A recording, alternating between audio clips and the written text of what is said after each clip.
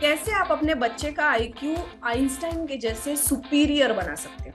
तो इस वीडियो में हम लोग ये देखेंगे कि अगर आप प्रेग्नेंट हो, अगर आप अपने बच्चे को कैरी कर रहे हो, तो आप ऐसी क्या चीज कर सकते हो जिससे कि आपका जो होने वाला बच्चा है उसका जो ब्रेन है, मेमोरी है, धी धृति स्मृति, जो आयुर्वेद में 3 फैक्टर्स ब्रेन के बताए गए हैं, उसको हम लोग शार्प करें।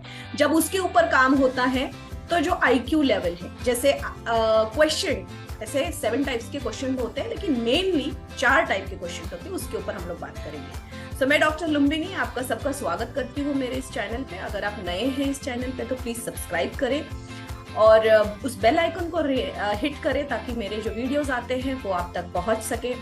और अगर आपके फैमिली में ऐसे कोई है, फ्रेंड्स एंड फैमिली, जिसको इस वीडियो का फायदा होने वाला है, उन तक ये वीडियो पहुंचाने की जिम्मेदारी उठाए, ताकि हमारा जो भारत देश है, वैसे ही इंटेलिजेंट लोग हमारे भारत देश में हैं। We are the hub of intelligent people. और हमारे जो बच्चे हो वो इंटेलिजेंट और बुद्धिमान पैदा हो। इसके साथ हम ये वीडियो शुरुआत करते हैं। यूजुअली 7 टाइप ऑफ आईक्यूज होते हैं, मेनली उसमें 4 होंगे। जो फर्स्ट है intelligent question, second IQ, second होता है ईक्यू मतलब इमोशनल क्वेश्चन, थर्ड है हमारा SQ that is spiritual question या फिर सोशल क्वेश्चन, और एक फोर्थ है एडवर्सिटी क्वेश्चन जो AQ कहते हैं हम उसे। फर्स्ट इंटेलिजेंट क्वेश्चन में क्या होता है कि बच्चे का ग्रास्प करने की ताकत, मेमोराइज करने की ताकत और उसको बहुत देर तक मेमोरी में रखने की ताकत, ये तीनों चीजें आईक्यू लेवल में आती है। जिनका आईक्यू जो है सुपीरियर है, उन वो बहुत अच्छे से मेमोराइज कर सकते हैं, परसेप्शन बहुत अच्छे से होता है, किसी भी चीज को लर्न करने की जो ताकत होती है, समझने की ताकत होती है, वो बहुत फास्ट होती है। सेकंड हम लोगों ने देखा है इमोशनल क्वेश्चन, मतलब कितना भी स्ट्रेसफुल कंडीशन में भी इंसान एक प्रॉपर डिसीजन के ऊपर कैसे पहुंच सकता है, इसके बारे में। और थर्डली था स्पिरिचुअल क्वेश्चन, वो जो बच्चा है, जो इंसान है, वो स्पिरिचुअली कितना ग्राउंडेड है ताकि जो भी एडवर्सिटीज आ रहे हैं उसे वो सॉल्व बहुत आसानी से कर सके। और फोर्थ और इसी SQ को सोशल क्वेश्चन भी कहते हैं, जहां पर वो लोगों के साथ कितना फ्रेंडशिप करके बहुत अच्छे से एक मैत्री भावना रखता है और सबके साथ अच्छे से रहते हैं और अपने ग्रोथ के साथ साथ दूसरों का ग्रोथ भी देखते हैं। और फोर्थ है एडवर्सिटी क्वेश्चन, जहां पर आपके पास बहुत सारे प्रॉब्लम्स आ गए हैं, आपको बहुत सारे प्रॉब्लम्स है, फिर भी आप उस एडवर्सिटी से कैसे आप फाइट करके आगे निकल जाते हैं। ठीक है, लेकिन इसमें सबसे इंपॉर्टेंट जो सब लोग देखते हैं वो इंटेलिजेंट क्वेश्चन देखते हैं। आइंस्टाइन का इंटेलिजेंट क्वेश्चन 160 अबाउ है, 160 to 180 है, जिसकी वजह से वो बहुत इंटेलिजेंट, या उनका मेमोराइजेशन और क्रिएटिविटी बहुत ज्यादा है। उसी तरीके से इलॉन मस्क का देखा जाए तो उनका भी जो आईक्यू है वो 155 है, जो सुपीरियर में आता है। ठीक है, अब 145 जो होता है वो एक हाई और सुपीरियर जिसे हम कहते हैं, बहुत हाई लेवल का आईक्यू। और 85 से लेके 135 तक जो होता है वो एवरेज होता है, वो यूजुअली सब लोगों का होता है आईक्यू। उससे ऊपर 145 जो है वो सुपीरियर, और 160 से अबाव जो होता है वो जीनियस। ओके, आइंस्टाइन का आईक्यू जो है वो जीनियस है। और अगर आप भी चाहते हैं कि आपके बेबी का भी आईक्यू बहुत अच्छा हो, तो सबसे पहला जो स्टेप होता है जब उसका ब्रेन डेवलप हो रहा है, जब ब्रेन के अंदर सारे न्यूरॉन्स, सारी चीजें बन रही है, तभी मम्मी, उसके मदर ने, बच्चे के मदर ने उसके ऊपर काम करना होता है। ऑफ कोर्स ये सब मदर्स के हाथ में है, अपने बच्चे का आईक्यू बढ़ाना। सबसे पहली बात, क्या नहीं करें, तो क्या नहीं करें, स्ट्रेस नहीं ले, डरे नहीं, किसी चीज से घबराए नहीं, और जो ये 9 मंथ्स का पीरियड है इसको थोड़ा सा हैप्पीली, आप बहुत अच्छे से हैप्पी, कॉन्फिडेंट इस तरीके से बिताना चाहिए आपको। ठीक है, डरने से, फियर होने से उस तरीके के हार्मोन्स आते हैं और उसके वजह से बच्चे का भी जो ब्रेन है वो भी थोड़ा सा डरने वाला या फियरफुल ऐसा हो जाता है। ओके, डरना नहीं है, फर्स्ट प्रेगनेंसी है, still it is very healthy, सारी चीजें बराबर से जा रही है, तो चिंता क्यों करनी है कि बच्चा बढ़ रहा है या नहीं, या बच्चे को कुछ प्रॉब्लम तो नहीं हो रहा है, या कोई भी चिंता अगर करोगे तो आपका बच्चा भी वैसे ही नेचर का बनेगा, वो भी डरेगा। ठीक है, बिल्कुल भी डरना नहीं है, चिंता नहीं करना है, फियर, ये जो निगेटिव फीलिंग्स है ये बिल्कुल भी नहीं लाने हैं। बहुत ही कॉन्फिडेंटली और बहुत फेथ रखना है अपने आप के ऊपर, अपने बॉडी के ऊपर, कि आप इस बच्चे को बहुत अच्छे से नरिश कर रहे हो, 9 मंथ्स तक सारी चीजें दे रहे हो। ठीक है, सेकंड, डाइट के बारे में अगर हम बात करें तो डाइट शाकाहारी लेनी चाहिए ऑफ कोर्स।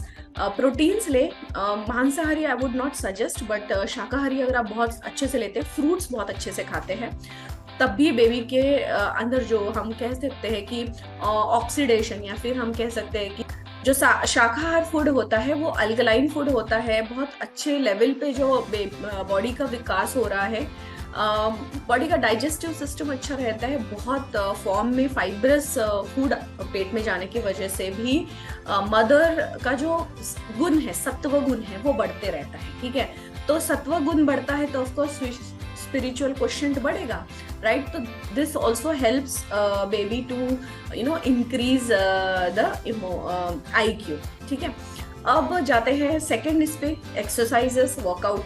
तो वर्कआउट में anulom vilom, breathing exercise, breath holding exercise करनी चाहिए, और ये रेगुलर करना चाहिए। एक दिन कर लिया, दूसरे दिन नहीं किया, ऐसा नहीं। ठीक है, रेगुलर अगर breath holding exercises, breathing exercises, anulom vilom ऐसी चीजें करते हैं तो नाभि तक ऑक्सीजन जाता है, और उसकी वजह से बेबी का जो भी ग्रोथ हो रहा है वो बहुत अच्छी तरीके से हो रहा है। थर्ड, अब हम प्रैक्टिकल देखते हैं कि मदर्स को क्या क्या चीजें वो कर सकती है। फर्स्ट मैं बताऊंगी कि गायत्री मंत्र, गायत्री मंत्र 108 बार अगर मदर्स कर सकती है दिन में एक बार, तो बहुत ही अच्छे रिजल्ट्स आते हैं गायत्री मंत्र से। आपके बॉडी का जो ऑरा है वो क्लीन होता है, पॉजिटिविटी आती है, आपको अपने ऊपर फेथ लगने लगता है, और फिर वो पॉजिटिव इफेक्ट्स क्रिएट करना शुरू कर देते हैं। ठीक है, सेकेंडली, अगर आप गायत्री मंत्र नहीं कर सकते हो तो आपके कल्चर में या फिर आपके रिलीजन में कोई तो ऐसा चैंट होगा जो आपको बार बार रिपीट करना है। तो रिपीटेड चैंटिंग ऑफ एनीथिंग, या आपके पास कुछ भी नहीं है तो ओमकार है, ओम बोल सकते हो, राइट? या फिर आपके रिलीजन के हिसाब से अगर आपको कोई चैंटिंग मंत्र मिल जाता है तो 108 बार कीजिए, उसके वजह से आपके बॉडी में जो हीट है वो बढ़ती है। और प्राकृत पित्त, again it is very important to develop, क्योंकि प्राकृत पित्त जो है वो आपके बेबी का जो ब्रेन का विकास है वो बहुत अच्छे से शार्पन करता है। अगेन अगर देखा जाए तो जैसे जब मैंने बताया है वैसे ही श्लोक का पठन भी करना चाहिए। अगर आपके पास कोई ग्रंथ है या फिर आपका धर्म ग्रंथ है तो उसमें श्लोक्स दिए होते, श्लोक आपको प्रॉपरली उच्चारण करके जोर जोर से बोलने चाहिए। ठीक है, अगर उसको आप मेमोराइज कर सकते हो, लर्न करना चाह रहे हो तो बहुत ही अच्छे इफेक्ट्स आएंगे। लेकिन अगर आप मेमोराइज नहीं कर सकते हो तो छोटे छोटे एक एक लाइन भी अगर मेमोराइज करने की कोशिश करते हो तो सुबह आपने पढ़ लिया, थोड़ा मेमोराइज कर लिया, शाम को बस रिविजन किया। इससे क्या हो रहा है, आपका ब्रेन का काम हो रहा है, वार्म अप हो रहा है आपके ब्रेन का, और वही चीज बेबी सीख रहा है। मतलब मेमोराइजेशन वो पहले से ही सीख जाता है। ठीक है, सो मेमोराइजेशन इस तरीके से आप कर सकते हो। अगेन ब्रेन जिम कर सकते हो, मतलब लेफ्ट हैंड से राइट कर रहे हो या फिर लेफ्ट हैंड से काम कर रहे हो अपने, या फिर बहुत सारे ब्रेन जिम्स मेरे अगले वीडियोस में भी मैं कुछ शेयर कर दूंगी।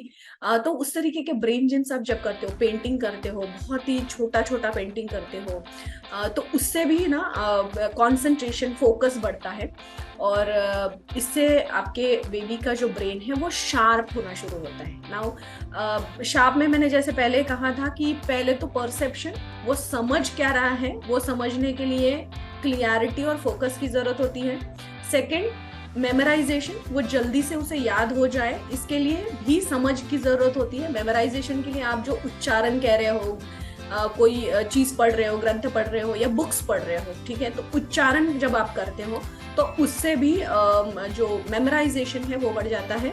और जब आप उसको फिर से रिवाइज करते हो, जैसे सुबह पढ़ी हुई चीज रात में अगर आप सोचते हो कि क्या था वो वर्ड, या मेमोराइज करने की कोशिश कर रहे हो, तो उससे क्या होता है कि रिटेंशन, मतलब आपने जो भी पढ़ा है वो कितने दिन तक आपके दिमाग में रिटेन हुआ है वो। तो धीर, धृति और स्मृति, जैसे आयुर्वेद में बताया है, ये तीनों फैक्टर का हम अगर विचार करते हैं तो इसी तरीके से आप अपने बेबी का जो ब्रेन है वो शार्प कर सकते हो। खाने की चीज बता दी, वर्कआउट बता दिया, क्या क्या चीजें आप फिजिकली कर सकते हो वो भी बता दिया। आप इतनी चीजें अगर फॉलो करते हो तो आपके बेबी का जो ब्रेन है वो अबाउ सुपीरियर हो जाएगा और वो जीनियस इसमें चले जाएगा। इससे भी ज्यादा अगर कुछ काम करना चाहते हो तो कंटिन्यूस रीडिंग, कुछ भी मिलता है, पेपर मिलता है, try to read positive things, है ना। पेपर मिलता है या फिर कोई बुक्स है या फिर धर्म ग्रंथास है या फिर किसी ने कुछ सिखाया है, भगवत गीता है, आपका कुरान है, बाइबल है, बुद्धा एंड हिज धम्मा है, महावीर जी का कोई बुक है, कोई भी शिवाजी महाराज के चरित्र का बुक है, एनीथिंग जो आपके आपके फैमिली से रिलेटेड है, आपके कल्चर से रिलेटेड है, जो आप पढ़ के पॉजिटिव फील करते हो, जो आप पढ़ के बहुत अच्छा फील करते हो, so read it every day. अभी मैंने रीड करने के लिए कहा तो एक दिन रीड कर लिया, फिर बोर हो गए, फिर बैठ गए, नहीं, रीड करो। और रीड करने के बाद अगर आप मेमोराइज करने की कोशिश करते हो, मतलब सुबह का रीड किया और शाम में बस आंखें बंद करके उसको क्या पढ़ा था आपने उसको अगर मेमोराइज करते हो, तो बिलीव मी आपके बेबी का जो IQ लेवल है वो जीनियस लेवल का हो सकता है। ओके, सो जीनियस लेवल के IQ के लिए क्या चाहिए होता है? क्रिएटिविटी, क्रिएटिव बनना। इसके लिए आपको पेंटिंग, फोकस, क्रिएटिव कुछ सोचना है तो वो कर सकते हो, क्रिएटिविटी चाहिए होता है। देन चाहिए होता है मेमोराइजेशन। मेमोराइजेशन जैसे आपने कहा, मैंने बताया था, सुबह पढ़ के वो फिर से रिवाइज कर लो, उसे कहते हैं मेमोराइजेशन।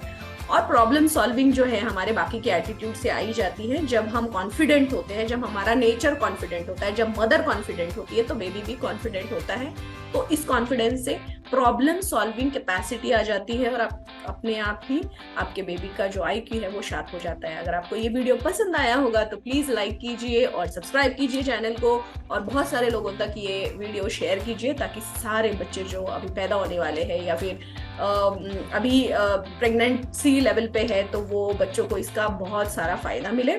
और अगले वीडियो में मैं ये लाऊंगी कि जो बच्चे ऑलरेडी अभी 1 साल के हैं, 2 साल के हैं, 5 साल के हैं, 10 साल के हैं, तो वो अपने ब्रेन का विकास कैसे करें या उनके ब्रेन को हम और शार्प कैसे कर सकते हैं, इसके बारे में मैं अगला वीडियो में या कुछ दिनों में वो वीडियोस लाऊंगी। अगर आपको किसी भी टॉपिक के ऊपर कोई भी चीजें जाननी है गर्भ अवस्था में, मतलब प्रेगनेंसी के रिलेटेड, तो आप मुझे कमेंट करके पूछ सकते हो और मैं आपके लिए एक नया वीडियो लाऊंगी।